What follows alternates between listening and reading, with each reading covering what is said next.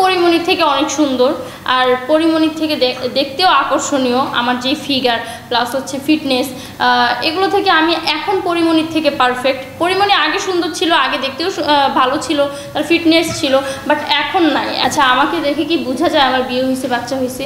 আমার বিয়ে বাচ্চা একদিকে, আমার মিডিয়া লাইফটা হচ্ছে আরেক দিকে। মিষ্টি জান্নাত দাবি করছে, কিন্তু কমেন্ট বক্সে গিয়ে দেখবেন যে বোন তোরে তো আমাদের ঘর মোছানোর কাজেও লাগবে না, বোন তোরে তো টয়লেট মোছার জন্য নিব না। তো এই কমেন্টগুলো মানুষ কেন করে? আর আমি যখন বলি যে আমি সুন্দর, তখন দেখবেন যে হাজার হাজার কমেন্ট এমন আসে যে না, মেয়েটা আসলেই সুন্দর, এই মালডারে কই পাবো, এই মালডারে কেমনে পড়াবো, এইসব কমেন্ট আসে। তো এগুলো মানে আমি নিশ্চয়ই এখন জাতির ক্রাশ হয়ে গেছি। ইভেন হচ্ছে অনেকে এখনও মেসেঞ্জারে লিখে যে আপনি তো জাতির ক্রাশ হয়ে গেছেন। এগুলো কয়দিন আসবে যাবে, আসবে যাবে। এই সুমাইয়া রিমু সবসময় থাকবে, সবসময় ট্রেন্ডিংয়ে থাকবে, সবসময় সিনেমায় থাকবে। মানে আমি যদি একটা সিনেমা কোনো মতে করতে পারি শাকিব খানের সাথে, দেখবেন যে আমার খালি সিনেমার অফার আসবেই আসবেই আসবেই। মানে আমাকে দিয়ে সিনেমা করানোর জন্য হচ্ছে হলিউড থেকে ডাক পড়ে যাবে যে এই মেয়েটাকে আমার দরকার, এই মেয়েটাকে দিয়ে সিনেমা করাতে চাই। দেখবেন যে মানুষ তখন মানে ডলার দিতেছে আমাদের দেশকে, যে এই নায়িকাকে লাগবে, এই নায়িকাকে তো পাচ্ছি না কোথাও, এই নায়িকা তো আমাদের দেশে তো এত সুন্দর নায়িকা নেই। তো এটা করবে যখন আমি নিজেকে ওইভাবে, এখনও তো কিছুই হয়নি, যখন আমি নিজেকে প্রেজেন্ট করবো ওইভাবে, তখন তো দেখবেন যে হুড়োহুড়ি লেগে যাবে। হ্যাঁ, আমি এখন পরিমণির থেকে অনেক সুন্দর, আর পরিমণির থেকে দেখতেও আকর্ষণীয়। আমার যে ফিগার প্লাস হচ্ছে ফিটনেস, এগুলো থেকে আমি এখন পরিমণির থেকে পারফেক্ট। পরিমণি আগে সুন্দর ছিল, আগে দেখতেও ভালো ছিল, তার ফিটনেস ছিল, বাট এখন নাই। এখন সে হচ্ছে মিডিয়া জগতে রাজ করতে পারবে না, এখন মিডিয়া জগতে রাজ করবে এই সুমাইয়া রিমু। আচ্ছা, আমাকে দেখে কি বোঝা যায় আমার বিয়ে হয়েছে, বাচ্চা হয়েছে? আমার বিয়ে বাচ্চা একদিকে, আমার মিডিয়া লাইফটা হচ্ছে আরেক দিকে। সেটা বড় কথা না, বড় কথা হচ্ছে যে দেখবেন একটা ছেলে পেলে হলেই মানুষের এনার্জি কমে যায়। আমার এনার্জি এখনও মনে করেন যে পাওয়ারফুল। আমি এখন সারাদিন যদি আমাকে না খাইয়েও হচ্ছে শ্যুট করায়, আমি না খেয়েও হচ্ছে শ্যুট করতে পারি, আমার এত এনার্জি। আর সিনেমা করতে হলে আমি এত পরিশ্রম করব যা বলার বাহিরে, কারণ আমি খুবই পরিশ্রমী একটা মেয়ে। আমি এমনি হচ্ছে কারো থেকে পেমেন্ট নিব না, বা হচ্ছে দিন শেষে আমাকে পে করবে না।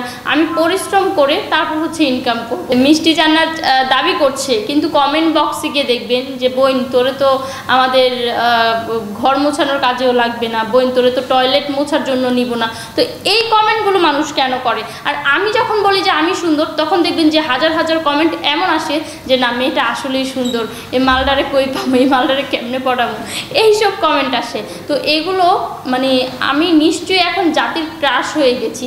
ইভেন হচ্ছে অনেকে এখনও মেসেঞ্জারে লিখে যে আপনি তো জাতির ক্রাশ হয়ে গেছেন, আপনি তো জাতির ক্রাশ, আপনাকে পেতে হবে, এটা সেটা। তখন আমার আরও ভালো লাগে।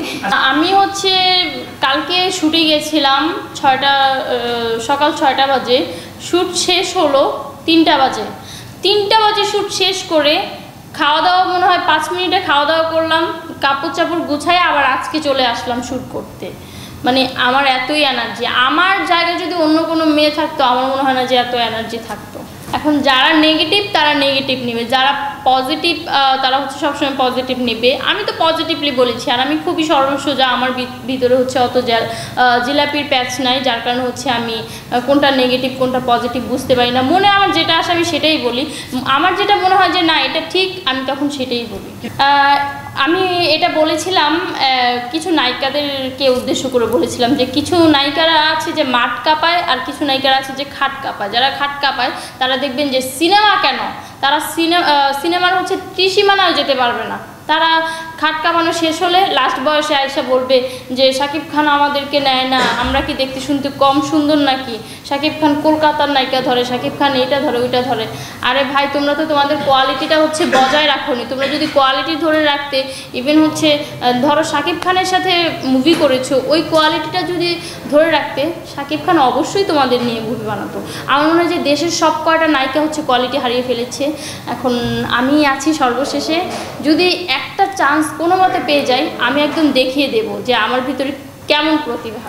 কিছু মেয়ে আসে মিডিয়ায়, যারা হচ্ছে আপনার যাদেরকে রাতের রানী বলা হয়, মানে মিডিয়ায় যে সব মেয়েরা খারাপ, সব লোক খারাপ এটা কিন্তু না। আমাদের মিডিয়ায় অনেক ভালো ভালো লোক আছে, কিন্তু অনেক অসৎ লোক আছে যারা হচ্ছে আপনার টাকা পয়সা নিয়ে বসে থাকে। আর কিছু কিছু নায়িকারা হয় কি যে অনেক ভালো একটা কাজ করে গেছে দেশের ভিতরে, অনেক সুনামও পেয়েছে, হ্যাঁ, আবার বিদেশ গিয়ে দেখবেন যে কয়দিন পর দুবাই চলে গেছে, কয়দিন পর হচ্ছে মালয়েশিয়া চলে গেছে। আরে বাবা, তুমি তো মিডিয়ায় আসলাই নতুন, তাহলে এত টাকা কিভাবে হলো যে তুমি দুবাই চলে যাচ্ছ কয়দিন পর পর?